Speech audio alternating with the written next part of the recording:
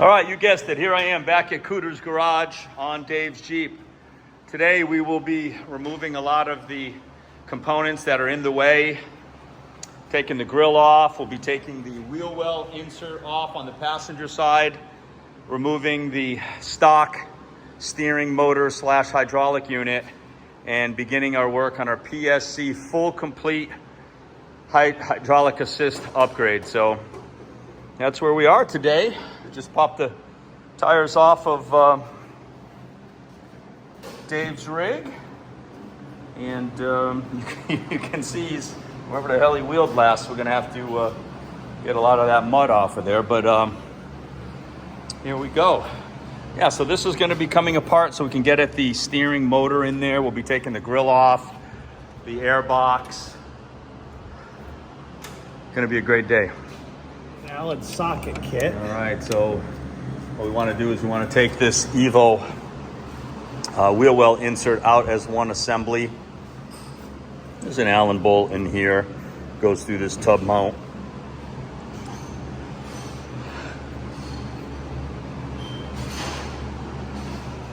Okay, one JL Wrangler grill, kind of like the JK. 6 clips across. Dave was missing a couple clips. And then it just presses in. You can see that his winch line right there goes to those battery plug connectors. And there's a relay back there. We'll have to look. Hey, look at, you can get in there now with this grill gone. Real good. Look at that. That's the answer.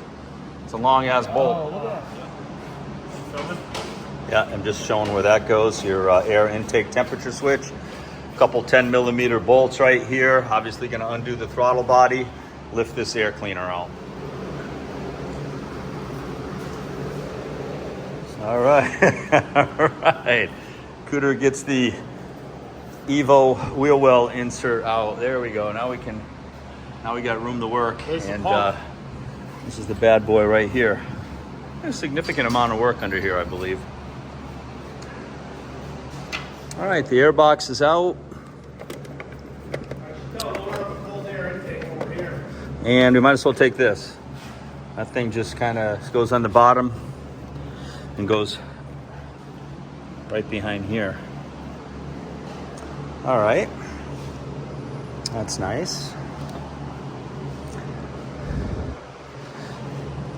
We have a couple electrical harnesses here on this side with red locks on them. That'll have to be unplugged.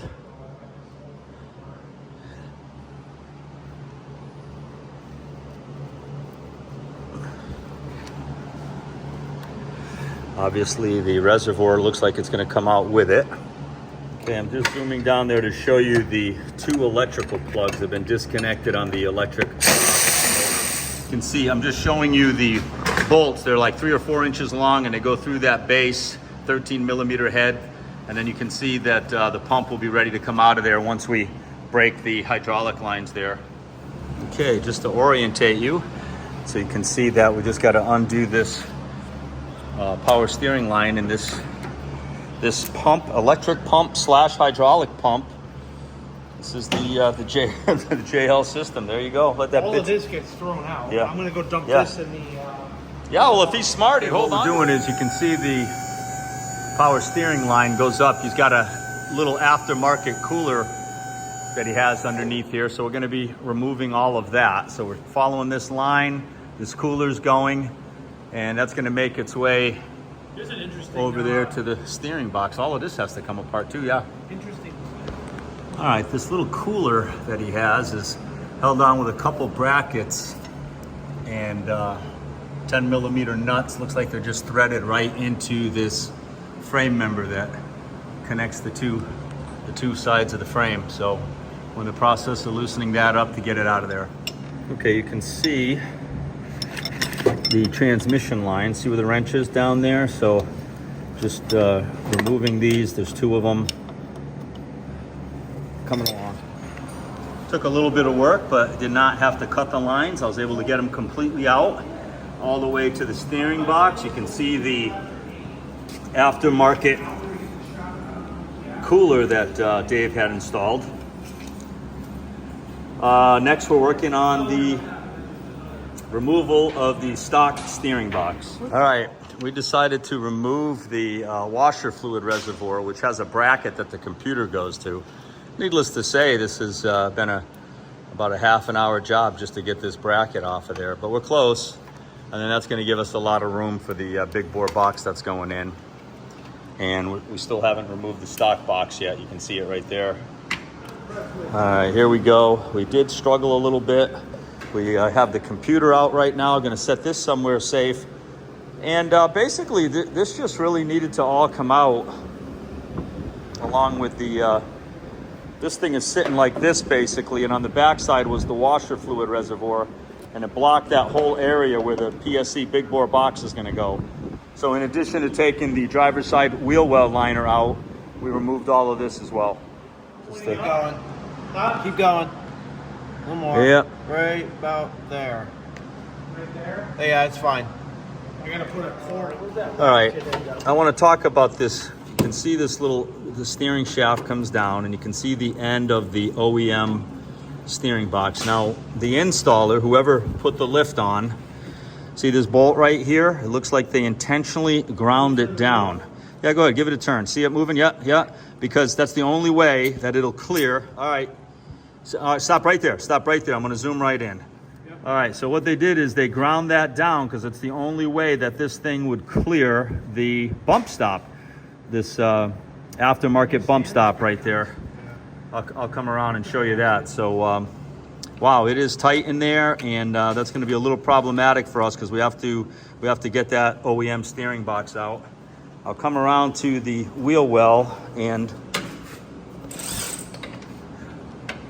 see this bump stop right here.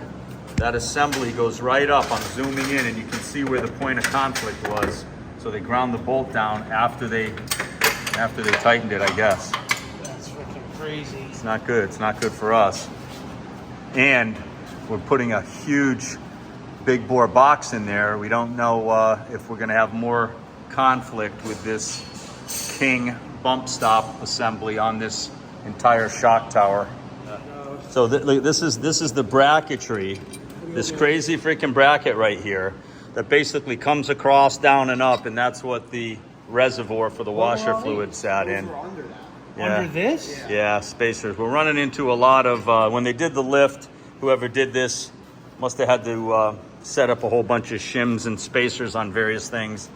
And apparently it's for this huge Evo shock tower, and it is massive looking at this thing. It's nice to know that a company like Evo just sends you a box of 1/4-inch washers and says ship it where you need to. So anyway, you can see the stock steering box here quite well right now. The next thing we got to do is undo the steering shaft, buckle in the steering wheel. So is this a steering line or should we is this a brake separate line? it? Doesn't, I think that's brake. It's a brake line. All right. Should we, as we separate the steering shaft, Just gotta turn the steering back. we'll keep the steering in a good position. We got to Yeah, work on I'm that wondering bolt. if All right, we can see that the tie rod has been removed. We got the clip off the sector shaft brace. The 2 bolts on each side are out that hold this assembly in. We'll be taking this track bar off next. Gun that thing out.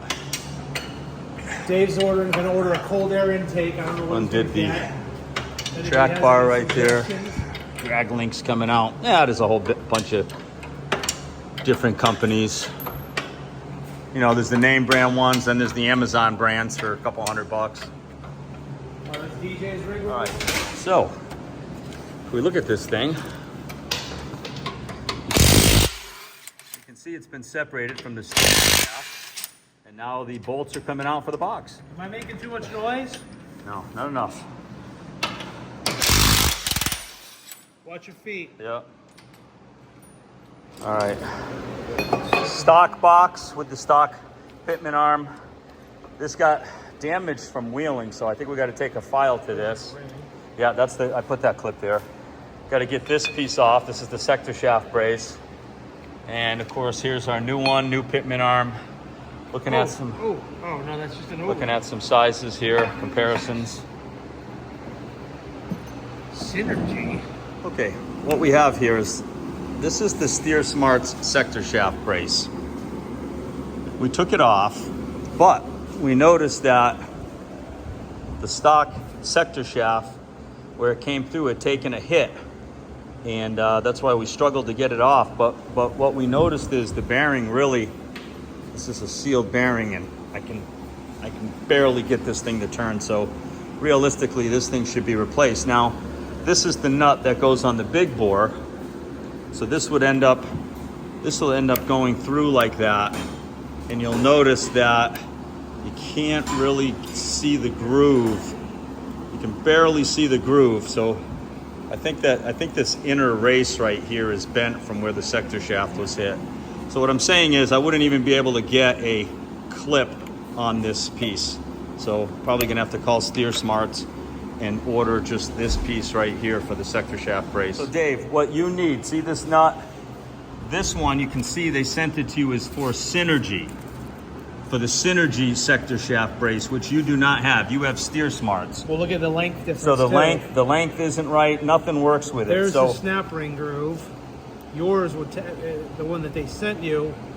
So you need the big bore nut for the Steer Smarts track bar sector shaft reinforcement bracket, and it'll be longer like this because that doesn't even come through the. It's too short. It's too short. It's the right thread, but it's too short. Hey Dave, look at this. This is what your boys on your install did. Yeah, we can all go. They intentionally ground this bolt head down, cut this because it was crashing into your shock tower. They must have did it in place.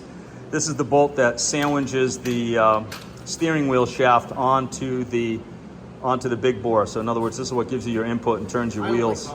So we're going to try to get a button head bolt and do something a little differently there because we just don't feel that we're able to tighten this up like it should be. All right, just a little update. It's been a bit of a struggle here. I'm going to come up to the top of the engine compartment. So you can see that the big bore box is installed. And you can see it's also made it up into the shaft right here. But whoever installed the lift, you can see how close the tolerance is to the shock tower right here. I'm going to zoom in, okay?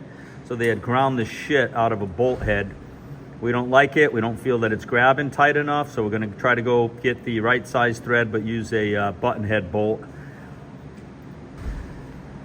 The other thing that we ran into for a problem was the sector shaft brace for the Steer Smarts was bent. The bearing didn't turn, so we need that to be a new piece. And PSC gave us a nut for a Synergy track bar reinforcement bracket sector shaft, not the Steer Smart, so it's the wrong size. So we've got Dave tracking down that right part. Size-wise, I mean, geez, fits in there quite nice. I mean, it was not difficult at all. As an installer note, there are 4 bolts that get used here. 2 long bolts, 2 shorter bolts. The longer bolts go towards the center of the Jeep, towards the shock tower.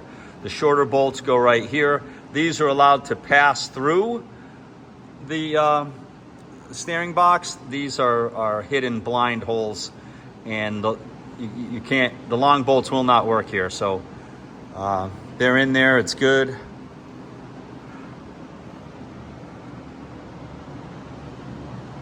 Just a little look right there. Now, as far as disassembly goes, a couple other things still have to be. The alternator has to come off. I got to take that idler arm, the tensioner off, and the belt. The belt, of course, doesn't get used. Let the alternator hang, and then the vacuum booster right down there, I'll zoom in. That needs to be all disconnected and allowed to hang down so the new bracket for the new hydraulic steering pump can go on.